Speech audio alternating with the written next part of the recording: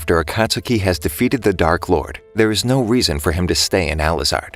Not even the attempts of a herd of warrior maids can stop him from running to the portal that leads him back to his own world.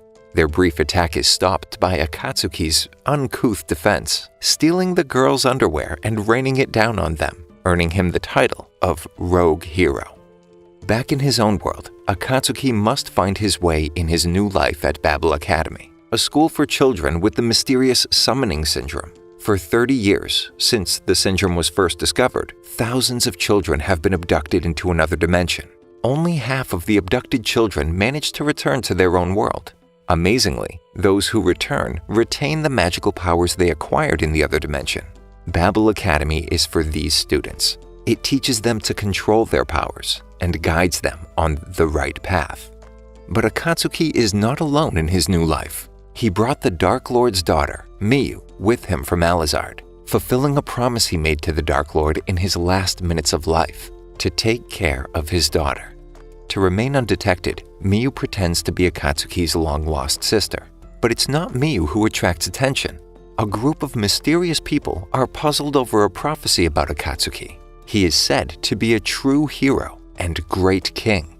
The group considers Akatsuki a threat and plans to pay him a visit. Meanwhile, Akatsuki and Miyu are given a tour of the Babel Academy. When they reach the arena, they are told to demonstrate their fighting skills. The coach is completely surprised by Miyu's powerful skills and is eliminated after a short fight. Suddenly, the president of the student council of Babel Academy, Kiyoya, appears and challenges Akatsuki to a fight. Although Akatsuki fails to shatter the ice pillar he created, the president is impressed by his skills and congratulates them both on being accepted into Babel Academy. At night, the full moon shines brightly in Miyu's room as she sadly thinks back to her father's death and the consequences that event had on her life, having to live in Akatsuki's world and pretend to be his little sister. The growing frustration makes her think about killing Akatsuki in his sleep, but Akatsuki fights back in a true rogue hero fashion. Still asleep, he grabs Miyu, pushes her onto the bed, and undresses her. The next day at Babel Academy, Akatsuki and Miyu get to know their new classmates. Chikuji expresses her amazement at Akatsuki and Miyu's great performance and display of their powers in their arena battle. However, the relaxed atmosphere in the classroom changes when Onizuka enters the room and yells at the two supposed siblings. Akatsuki immediately demonstrates his powers by throwing the bully out of the room.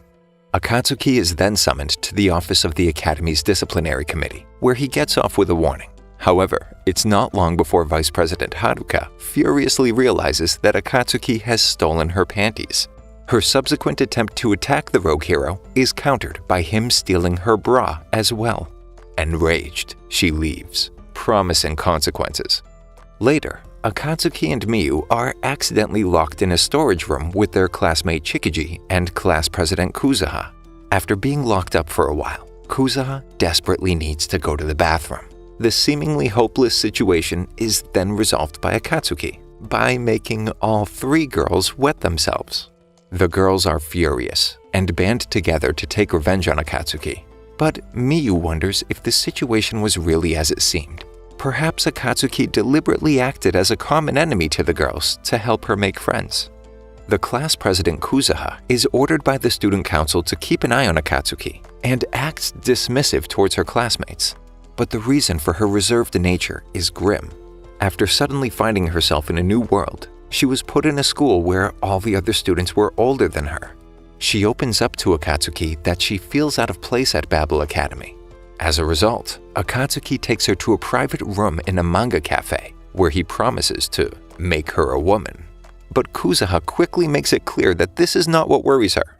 A deep conversation about what it means to be an adult is all Kuzuha needed to calm down and feel better. Meanwhile, Miyu and Chikuji, who had initially tried to eavesdrop on the two of them from the next room, end up getting cozy with each other. Later, during combat training, the students are sure of an easy victory when they are told to fight a cockatrice. But they are soon proven wrong, as the opponent's combat levels seem to have been manipulated. The cockatrice attacks the students, piercing them with feathers and turning them into stone. Only Miyu and Akatsuki are left to face the beast.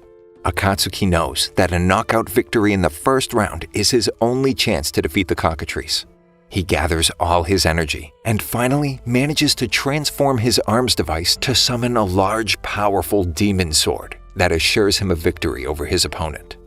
Soon after the fight is over and the students awaken from their petrification, Akatsuki uncovers the mysterious culprit who sabotaged the cockatrice's combat levels. Tanaka, a boy bullied by Onizuka, admits to plotting revenge against his tormentor. He demonstrates his unexpectedly great strength in an attack against Akatsuki. Although Akatsuki is able to defend himself against the vicious attacks, a threat by Tanaka to let Babel Academy collapse onto all of its students is seeming like a hopeless situation until student president Kiyoya appears and freezes Tanaka into a pillar of ice. The series of dramatic events have Miu feeling shaken, in addition to still mourning her father's death. Akatsuki helps her heal herself with magic and soothes her grief. This makes an eerie thought enter Miu's mind. Could it be that she has feelings for Akatsuki? Akatsuki, on the other hand, seems to have different concerns. An uneasy feeling comes over him while watching the news about Cocoon, the Children of Crossover Other Nations, an international police organization training children with magical powers from the other dimension, with the aim to erect powerful troops and safeguard world peace. Cocoon has also caught wind of Akatsuki's recent behavior. Another meeting is held to discuss the further handling of the prophecy naming him the true hero and great king. The attendees are still disconcerted about how to assess the situation and whether Akatsuki poses a threat to them. Akatsuki is once again forced to prove his powers when his fellow student Kaido attacks him to test his strength. It's a short fight before Kaido surrenders, but he doesn't seem to be done with Akatsuki just yet. Miu is struggling with some earthly problems. Her underwear is way too small for her seemingly ever-growing body. She decides to look for new bras at the local shopping mall with Akatsuki and her friends Chikiji and Kuzuha.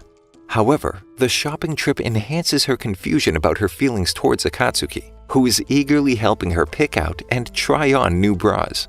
But her surging feelings are dampened again by the rogue hero stealing the underwear of Chikiji, Kuzuha, and even the student vice president Haruka, who was looking for theft-proof underwear in the changing room next door.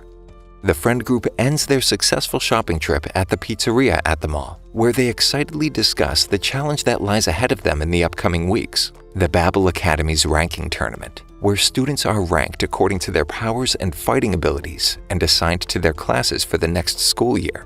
Akatsuki, Miu, Chikiji, and Kuzuha conclude that the four of them make a powerful team to compete in the tournament together.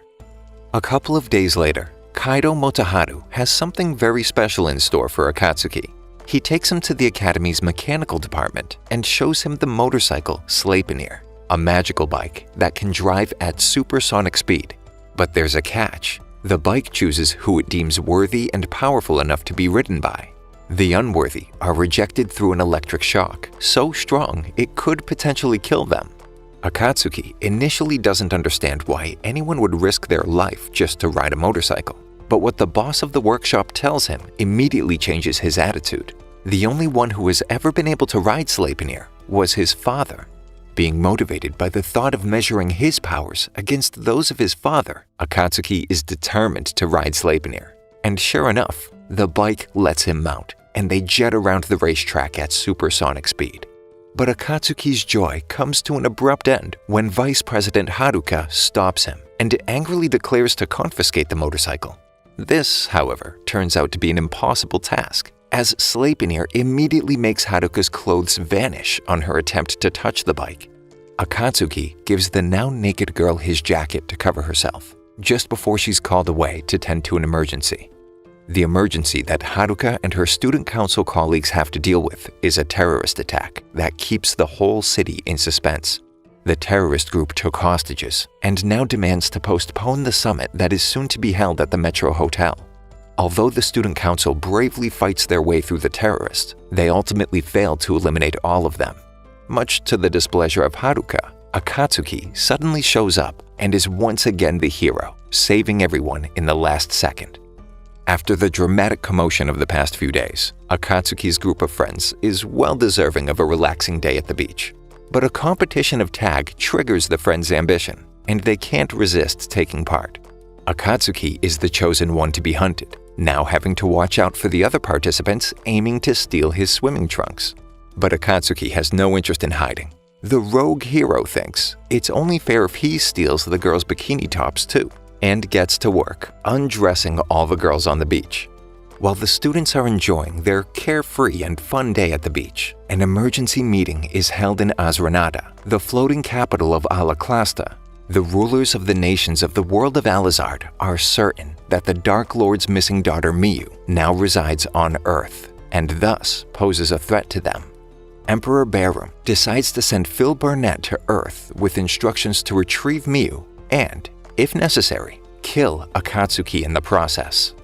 Later, at Babel Academy, the time has finally come, and Akatsuki and his teammates, Miyu, Chikiji, and Kuzuha, are ready for the annual 48-hour ranking tournament, which ranks the students for the next school year according to their fighting strength.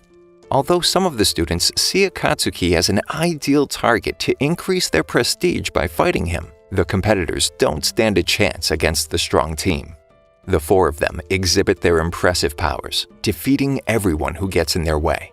Even the Academy's officials in charge are astounded by the speed with which the team incapacitates all of their opponents.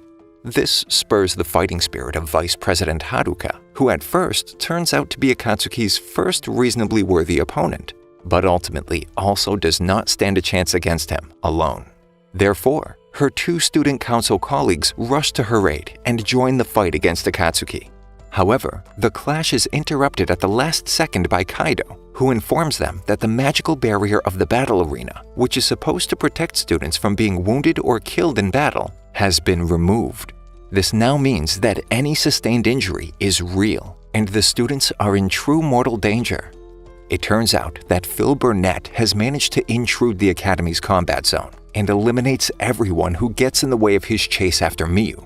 Even Onizuka tries to stop Phil in an attempt to make amends for the damage he has caused to his classmates through his bullying, but he is not powerful enough to succeed. When Phil finally finds Miyu, he pins her down on a rock and explains to her in gruesome detail the plans to publicly execute her in Alayzard. As he tries to molest Miyu, she sheds a tear, which immediately causes Akatsuki to appear. "You're going to pay for that tear," he shouts, storming towards Phil. An epic battle, full of provocations and tricks between Akatsuki and Phil begins. But Akatsuki eventually gains the upper hand with his demon sword and wins. However, Miyu is now sure that, as the daughter of the Demon King, she's endangering those around her with her mere presence. Whether on Earth or in Alayzard, she could become a problem everywhere and even cause wars. The hopelessness of her situation makes her jump into the river to drown herself. But Akatsuki saves her and tells her that she will always have a place at his side and he will always keep her safe. Then he kisses her. The romantic moment is over, however, when Akatsuki suddenly collapses. He was poisoned by Phil in battle, and the poison is now spreading through his body.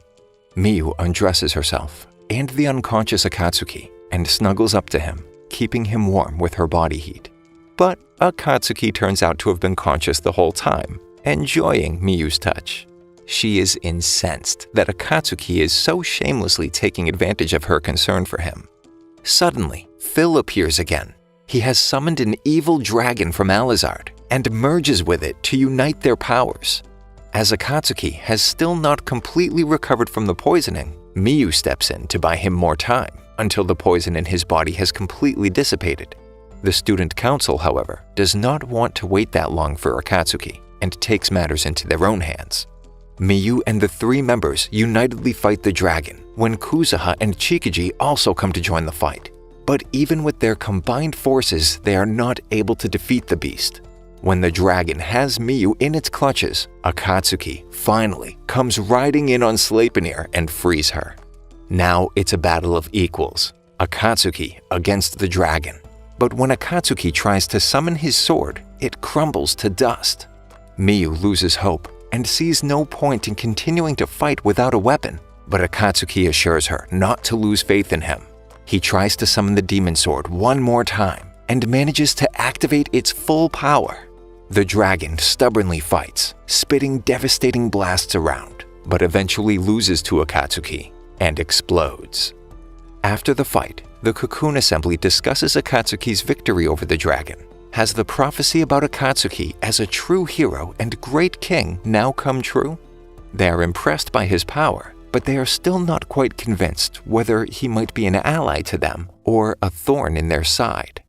Akatsuki, Miyu, Chikiji, and Kuzuha are delighted over their victory and their promotion to the A class. Moreover, Akatsuki and Miyu can now finally admit their feelings for each other and show them openly. But this also means that Miyu now has to tell her friends the truth about her Dark Lord father, and that she's not Akatsuki's real sister.